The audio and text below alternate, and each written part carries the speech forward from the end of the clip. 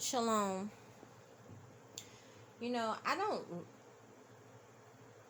I want to be careful with my words because I can be real passionate when it comes to the gospel and Elohim and Yahusha.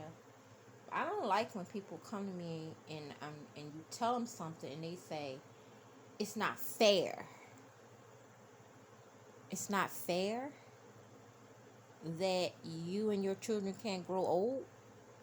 Whoever told you, first of all, that you were going to grow old? Why is this happening now? Why do my children have to go through this? Why? No fear of Elohim, no reverence of Elohim, no relationship. There's no way in the world you have a relationship with Elohim and you talking like this. You shouldn't be concerned.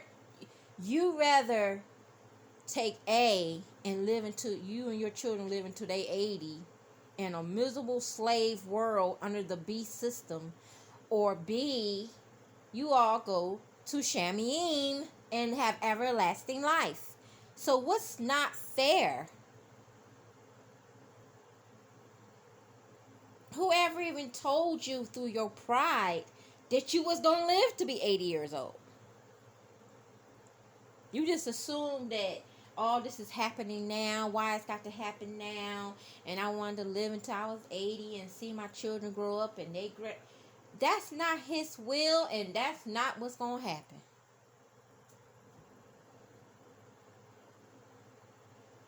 How dare a person say that Elohim is not fair? They do not know Elohim. You know what I told that person? I made an example. I said, let's say that it's two women, you and another woman. You read the Bible when you feel like it. The other woman read the Bible every day or every other day.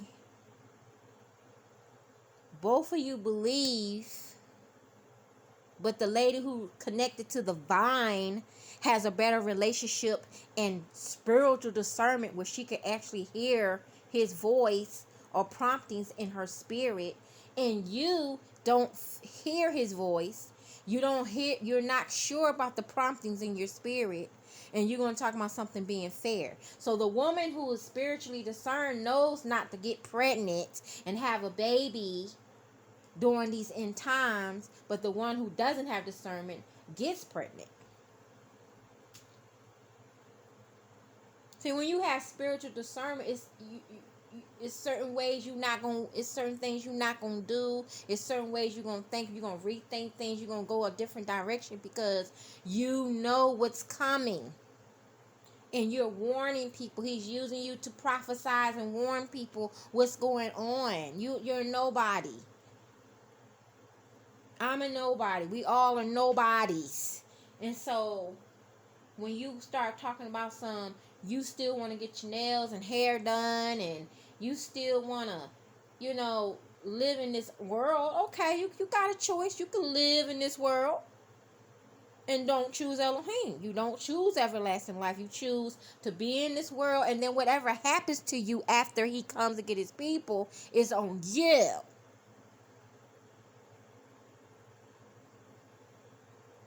Like, all I think about all day long is getting closer and closer and being obedient as I can through his grace. Living one day at a time, and you talking about some other stuff. Worldly stuff.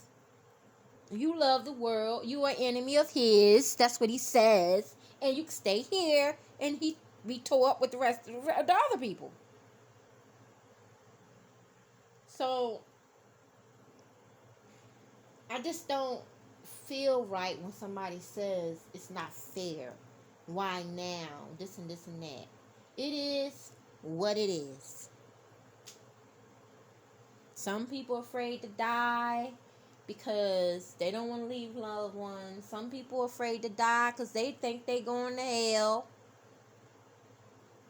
Some people are afraid to die for so many different reasons, but if you're a child of Elohim, and you're growing up in him and having a relationship with him, that should not be there. I can't wait till he come back.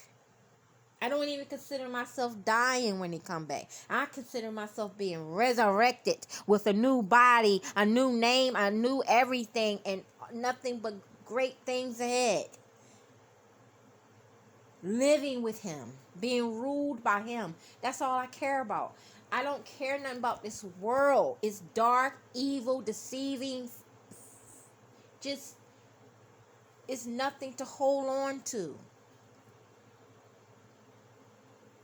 Yes, nobody wants their loved ones to perish. But then you get to the point where, you praying for somebody not to perish, and they still holding on to the world. And for me reading the word, during these times, Elohim ain't got that much mercy. His wrath is here. So he ain't got time for you. And showing all this mercy. He don't show all the love and mercy he don't showed you. And now that we living in end times, the angels are doing this and doing that, and stuff is happening, and you talking about some nonsense. It's time to wake up. It's time to awake to righteousness. I'm not even talking about waking up what's going on in the world. A heathen can do that. A heathen can see what's going on in the world. I'm talking about waking to righteousness. Just because a person woke and see what's going on don't mean they're going to heaven because they see what's going on.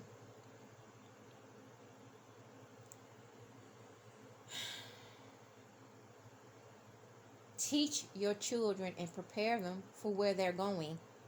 Don't have them senseless and don't know what the heck is going on. Don't allow them to fear, and then you trying to say, oh, I don't know what to tell them. What you mean? You have a relationship with Elohim, and what your relationship is like. Tell them about it. If you have a good relationship with somebody, you don't mind speaking about that person. You got a good relationship with Yahuwah, why you can't speak on that great relationship with somebody else? With multiple testimonies and how good he is and merciful and putting up with us. Come on. Come on. Shalom.